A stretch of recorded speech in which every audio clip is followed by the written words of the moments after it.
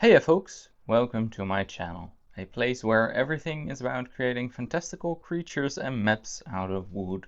Today I am going to show you, sort of, how to make this wood carving. So if you want to join me on the journey, please keep watching. Where I always start my process is by drawing on the design of the wood carving itself. Now, the design doesn't have to be perfect. They are just guidelines that really help us see what parts we want to carve and what parts we want to keep intact. Especially with the books. There's also going to be another step of a practical application of drawing that'll help us a lot. But for now, we're just gonna draw on the design.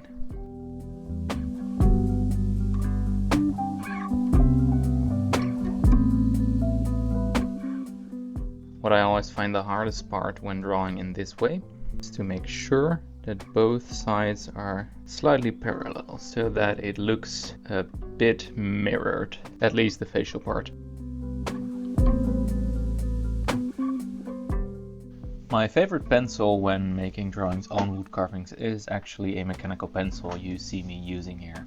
The lines are thin and sharp, so all these small details, especially on small carvings, don't get lost because of thicker lines.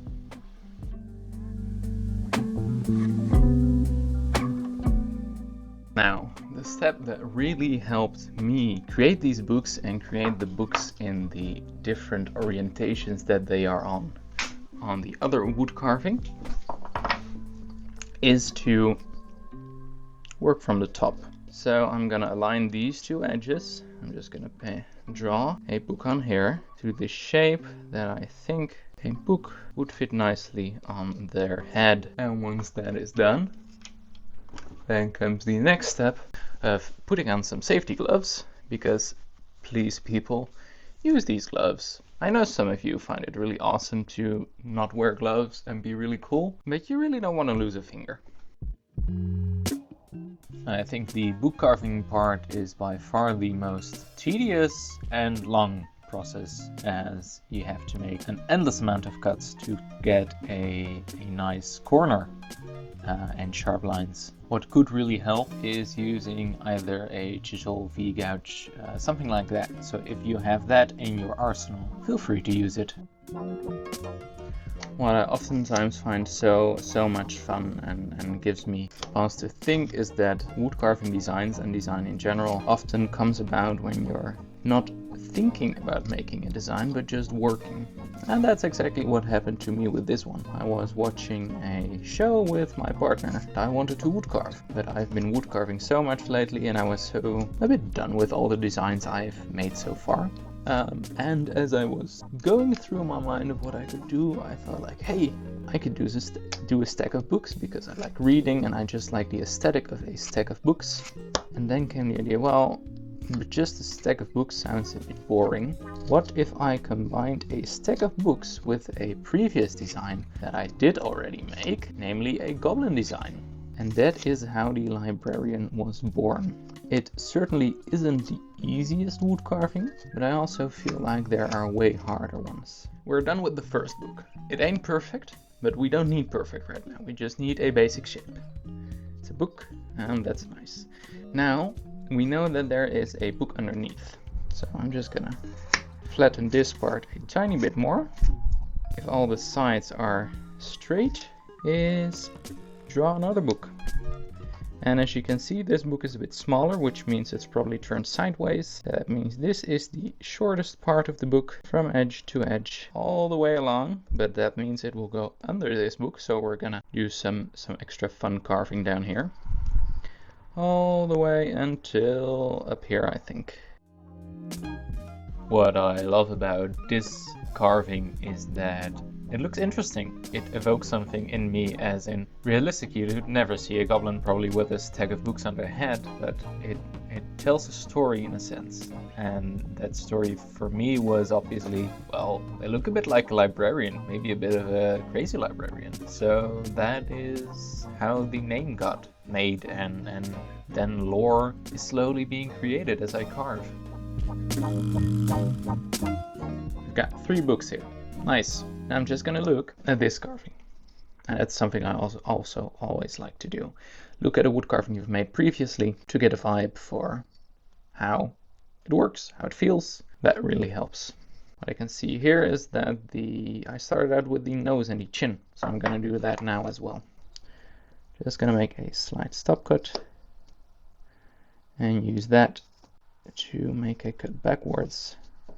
For the nose crevice, now I know that the chin is also sticking out pretty much, and we're gonna start with the chin and the nose, and then we're gonna work our way down.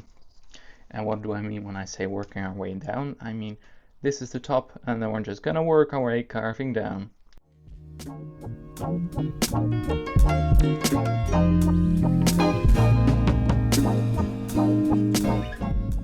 Now I am not done with the whole head part. As you can see, there's still a lot of that wood that can be cut out here and here. But for now, I'm just gonna leave that. I'm gonna continue on working on the rest of the body, especially the torso for now, getting some stuff cut out here. That way I can then later return to the face, make all the necessary cuts to make it line up perfectly. I like to make first some sort of a rough carving, and then I go back up, finish everything, and then I go back down. And in that way, in my experience, I have the best results and the least amount of mistakes, if you could call them that. And if this carving, if you're carving with me, it doesn't work out on the first time, don't worry. That's what happens. That's totally normal. It's about knowing how to fix your mistakes, or learning how to fix your mistakes, because everybody is making mistakes. I am making mistakes, well, multiple times every wood carving, and then it's just about, well, I cut this part away that I shouldn't have. How am I gonna fix it for it to still look nice?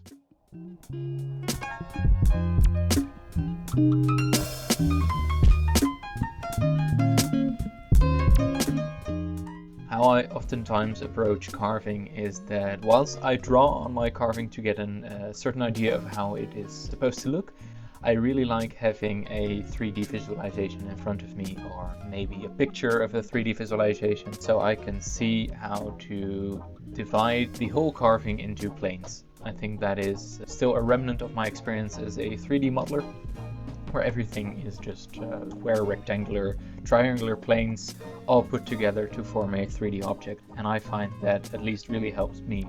But that also means that I do a lot of back and forth, small parts of carving, sometimes carving lines in the carving that aren't meant to be there just for my reference. I don't think it's the cleanest process, but it is my process so far, and so far it has worked. But you know, let's talk about knives for a second. If you are unable to take these big parts of your wood carving at once, there might be two reasons, and don't you worry. Either your knife is not really sharp, which is a big chance, because a lot of wood carvers, myself included, do not tend to strop often enough or sharpen their knives enough. Other than that, know that it takes some practice to get the strength to make all the cuts, and most importantly, make the repeated cuts. And I don't mean strength as in being a bodybuilder, but strength in having some strength in your hands. My partner always laughs about the fact that I have very beefy thumbs. And that is solely due to the fact that I wood carve a lot. People might not really like the fact that when I'm taking stuff off here, I am touching this. But since I am still in the roughing out phase, I really don't mind at all. And that way it just saves me a bit of time. Now, in the original design, I gave them some sort of laser? I don't know the correct term for it. But I'm gonna do it again. And we're gonna draw on how it is going to look. Now, you could do it one side. I'm going to do with my knife, just to show you. Make a cut. You can make the first cut slanted a bit already, but sometimes making a straight cut is way easier. And then we're gonna carve it out, and look at it. Doesn't it already look like it is having a blazer of some kind, but you can also just as easily do it with a V-gouge, and that takes less time. So it really depends on what you're after. I do believe it is worth it to know how to do it with just a knife, because you don't always have your gouge with you, or at least I don't. I sometimes like to carve when I'm in the garden or in the forest, and then the only thing I really take is a knife.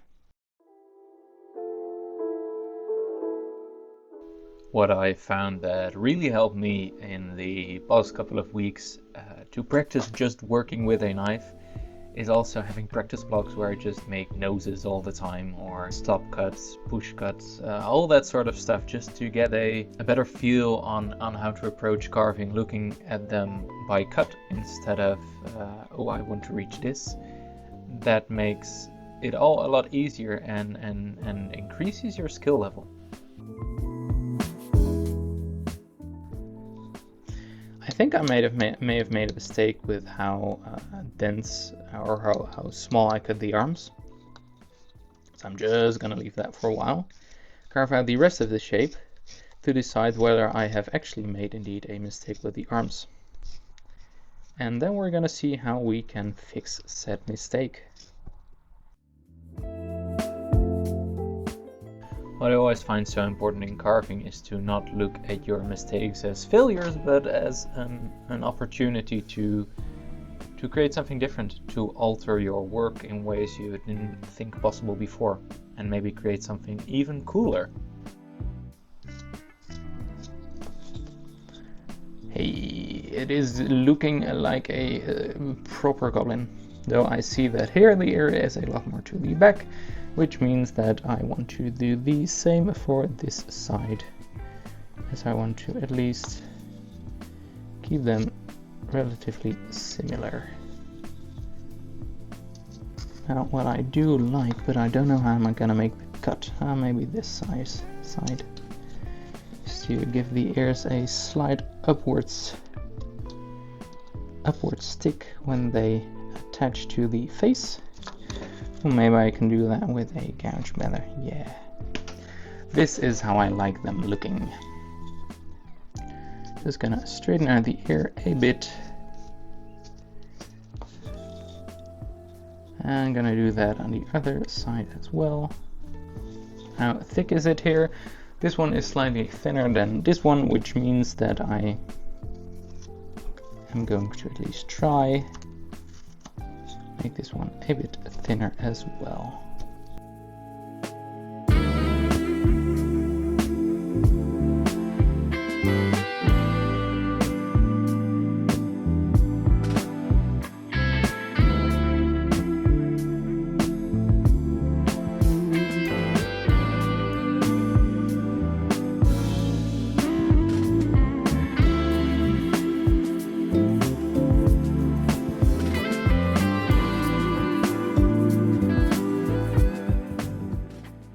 Some more cleanup, but now they are almost finally done. And as you can see, this one is not perfect at all. There are little pieces here and there where there's just a bit of tear where I screwed up. I didn't think it through far enough, and now I have made something that isn't perfect, but that is totally fine. In a bit we're gonna clean it. I'm gonna wash it with water. And then after it has been washed, we're gonna paint it. And I think once it has finally been painted, the carving will look amazing. So, this is done. Now we're gonna cut it. If I ever need to saw a wood carving, I love using my Japanese saw, which is very precise. So what if I'm gonna clean it up, clean this fellow up, and then we're gonna paint them. And then, if you've been following along, you've got yourself a Librarian Goblin, which I think is pretty neat. When painting a wood carving, I often like to start with the biggest planes of wood that need to be painted. And today that is going to be either the clothing of the goblin or the goblin itself. And I think today, starting with the Goblin itself seems like a fine idea. When painting miniature wood carvings, I rarely only use one color as a color or even one layer. It is usually a mixture of different colors, creating different hues over the wood carving and then different layers to create more depth. The wood carvings itself are often creatures, things that have so much more complex color than a single acrylic color might produce, that is the way I have found as of yet to work the best. The only downside is it's also possible to make the colors grimy and dark. By the way, when it comes to brushes and you're wondering, hey, what brushes do I need to do this? These are dollar store brushes. If you're painting wood carvings, please do not buy expensive brushes. I mean, if you really want to do your thing, but it's really not needed. And wood is not the best medium for brushes to be on, so you're gonna ruin them slowly. And you better ruin, in my opinion, a brush that costs maybe 50 cents than one that you spend 20 bucks on. And the result, for wood carvings at least, is gonna be the exact same.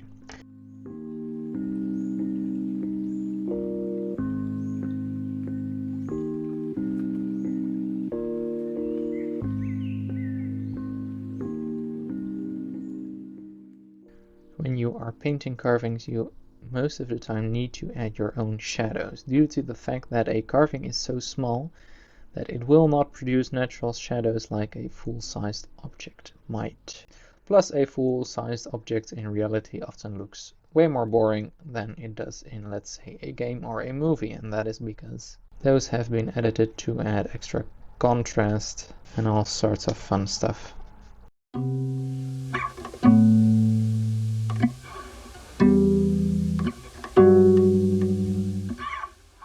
This librarian goblin lives somewhere in the mountains, in an old dwarven fortress. It's abandoned for hundreds of years now, as dwarves haven't been seen for ages. But somehow there is still one goblin living there. They've gone way older than anyone should have been able to, especially goblins. But they're still living. There's an old dwarven library there. And they keep track of all the books. They gather books. Sometimes they come outside of the mountain. Mostly at night, scouring for any books, for any scrolls. The reason most of the people in the area forgot about the goblin is because, besides that, they never really come out of their fortress. Whenever you borrow a book or damage a book and you don't bring it back, suddenly you seem to die. And that inspired so much fear that through years the stories became wilder and wilder, and nobody really dared to go into the mountains again looking for said goblin librarian. But surely one day an adventurer will come along and will hear the rumors and probably head into the mountains. All the advice that I can give him is just make sure that you don't damage any books. Maybe bring even some books as an offering. That'll surely make them happy. I'm really curious to meet them one day.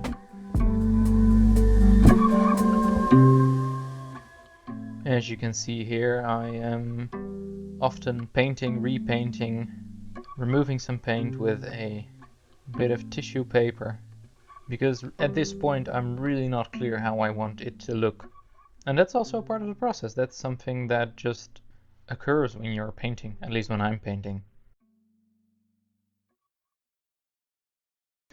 And this is now what it looks like. I think, just for the sake of making life a bit easier for myself, I'm gonna do all the sides, because then with one beautiful streak I can add the pages in a different color. And again, if anybody says that this needs to be perfect, don't listen to them, because it doesn't. And then for the lighter variant, I'm gonna use that one. Just smear it on, a bit here, a bit there. Just a bit everywhere. Now I actually added some paint to the goblin themselves, which was not entirely the purpose of this, but hey, stuff happens. So we've got a light book, a dark book, and a red book. I think the light book might actually benefit from a bit of a green. Not, no, maybe more benefit with a bit of red. Yeah. So, just gonna add some red vibes to the book below. Then we're gonna wait and see how it dries. And once that is done, we're gonna continue on to the last part. Only thing I also didn't paint yet was this one. It's gonna be a bit of a brownish paper. I don't think it's a book, I think it's too thin for a book. Some form of brown paper or stack of papers. Probably has some pretty interesting information on them.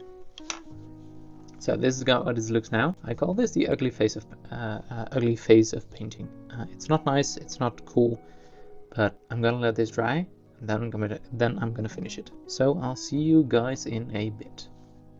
When I came back, I realized I didn't really like how it looked. It had too much color, and I didn't really like how the goblin looked. So I went online, found some reference images, and thought, well, maybe I was using a bit too much color. So this is the drab, slightly more colorless Goblin Librarian.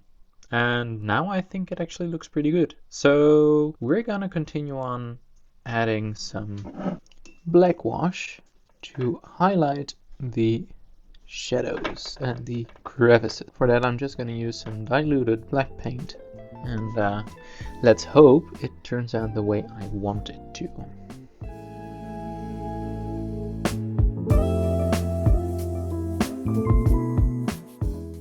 Adding a black wash to the whole miniature ensures that all the crevices are really visible.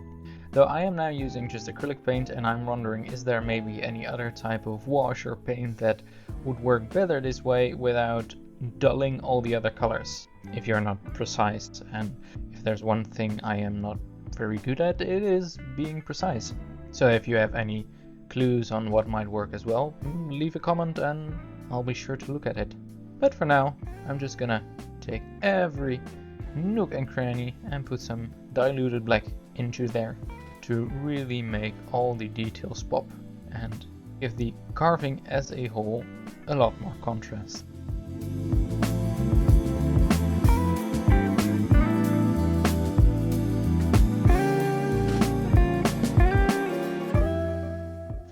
Now this goblin is looking way finer, a bit more muted, but I think it'll fit way better. The last step we're gonna do is add some whitewashing, and we're not gonna use actual white. I'm gonna use a variety of colors. For the goblin itself, their skin tone, I'm gonna use this one, and for the other clothing parts, I am going to use a off-white, titanium white actually.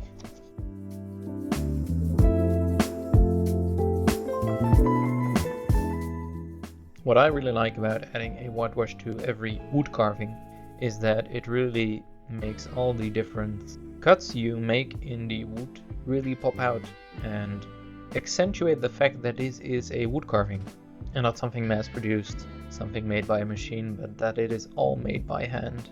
And that gives a certain aesthetic to it that I think also really fits with the subjects I love to paint, which are mainly fantasy creatures and nature creature thingies. What I'd also really love to see is maybe after this one is done, creating a whole set of goblins to be able to fill a goblin village and have them all be at certain places, different places, maybe even make some shelters or houses where they live to just create like a diorama of all the different goblin wood carvings.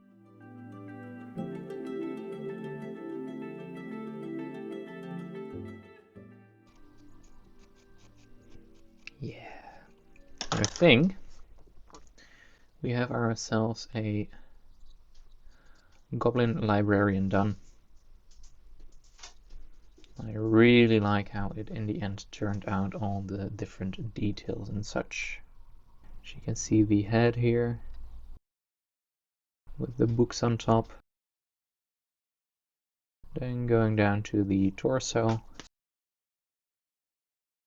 you can see all the different cuts and the jagged clothing, all the way down to their pants, wraps, and feet in shoes. So this is it, I guess. It is the Librarian Goblin, and I am so happy with it. The colors turned out, the carving worked out really nicely. It was for me actually the second time carving this one. I made the first one and then I was like, yeah, I just love the design. So I'm gonna make another one, but this time I'm gonna film it and I'm gonna share it with you guys in hopes that any of you may be able to carve along. So if you did carve along with this video and you did make one yourself, I'd be so stoked to see how you made it and what it looks like. You can reach out to me on my Instagram and TikTok. YouTube sadly doesn't allow for sharing pictures, or just leave me a comment. I'm really just curious how you found the process, if you like the design, all sorts of stuff. I just want to hear from you guys. As you might have seen, this is my first real long form content video, so I'm a bit nervous. I hope it's gonna turn out nice. I hope you like it. Filmed a lot. I hope all the angles work out. That's all stuff I'm gonna see in the editing room. But for now, thank you so much for joining me. I hope to be able to make a lot more videos regarding wood carving and just making things out of wood in general, which is something that I'm very passionate about, and I'd like to take you along with me. But for now, have an awesome day. If you aren't subscribed yet and you want to continue seeing my content, please do. And I'll see you folks in a later video. Have an awesome day. Goodbye.